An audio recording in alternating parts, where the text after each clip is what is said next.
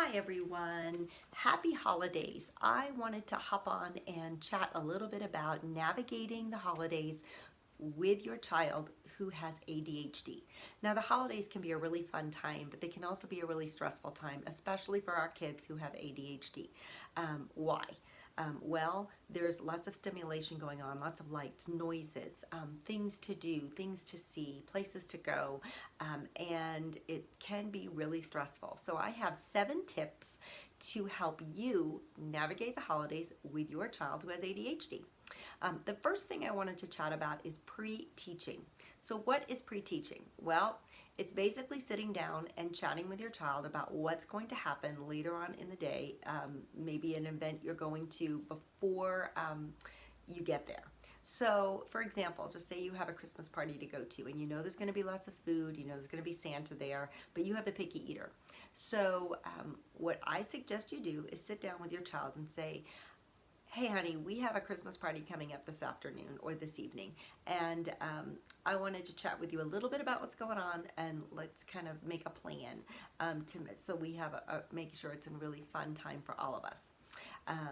Let them know that there's going to be food there. Let them know that there's some things that maybe he or she would not like to eat, but that you want to make sure that they have a good time. So maybe chat about, like, let's pick out a healthy snack that we can bring with us so that if there is something there that you don't want to eat, you still have some food.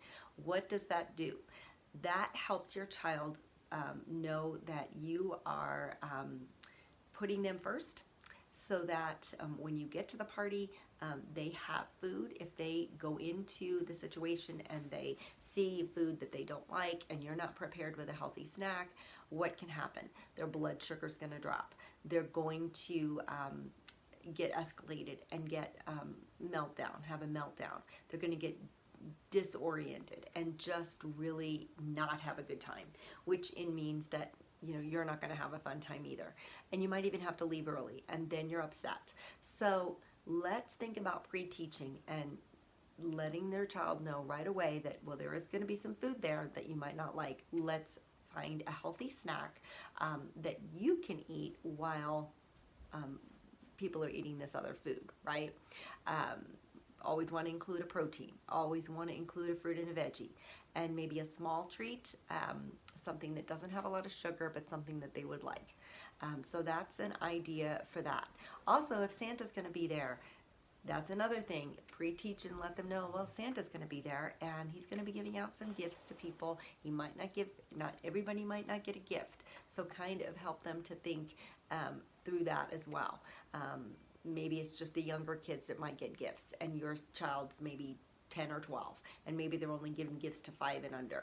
So just kind of pre-teach through that so that your child knows what to expect, and then reiterate it throughout the day. Say, oh, okay, in an hour we're leaving for the party. Let's make sure you have your snack. Let's make sure, we're ready for the party. So that's the first thing I always suggest, is pre-teach before you go to an event. The second thing is only go to the events that really you and your child have to go to. Yes, it's fun to go to all the events. Do you have to go to all the events? No. So pick out the ones that are going to be the most fun for you and your child. So for example, we have a parade that goes down our main street. That's a fun event. There's no pressure. You sit and watch the event. Yes, it's noisy, but you're outside. That kind of thing might be fun, but is it necessary to go to the neighbor's party down the street? Is it necessary to do that where there could be a lot of noise, a lot of kids screaming and yelling, and too much sensory overload for your child? So pick and choose which events you're going to go to as a family, so that you enjoy the holidays. The third thing would be check in with your child during an event.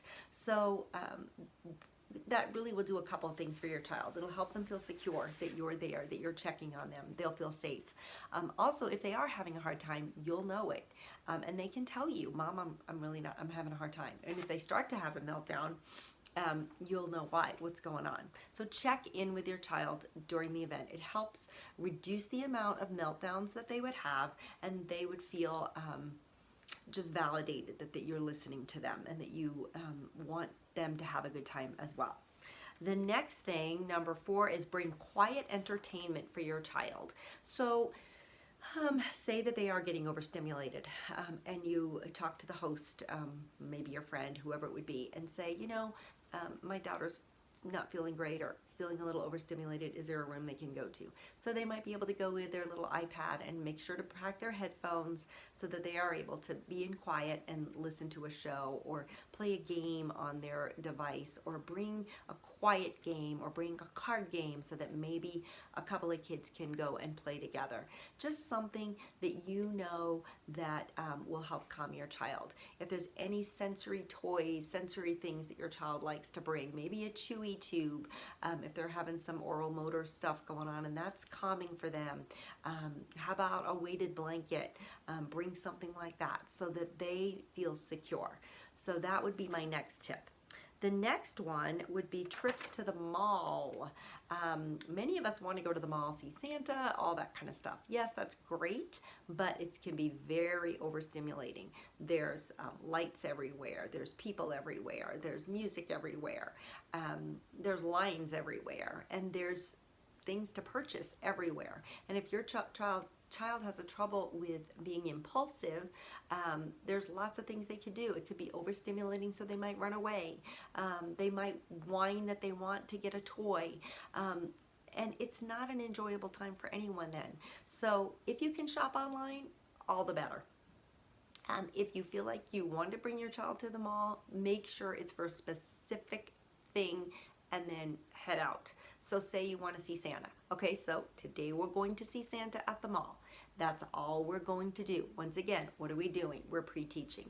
We're going to be there just to see Santa. We're not going to buy anything now because we know that at Christmas time we get gifts for other people as people get gifts for us. So make sure that you're pre-teaching. You're not buying anything at the mall that day.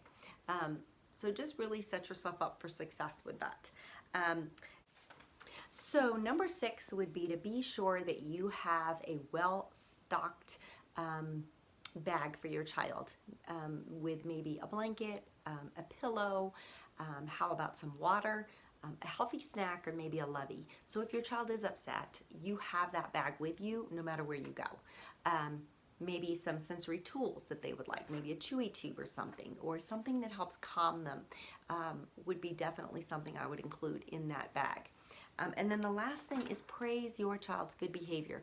We are so, I guess, just mentally we just focus on all the negatives, right? So let's focus on the positive. Let's say, hey, you did a great job when I said we weren't going to buy X, Y, and Z at the mall.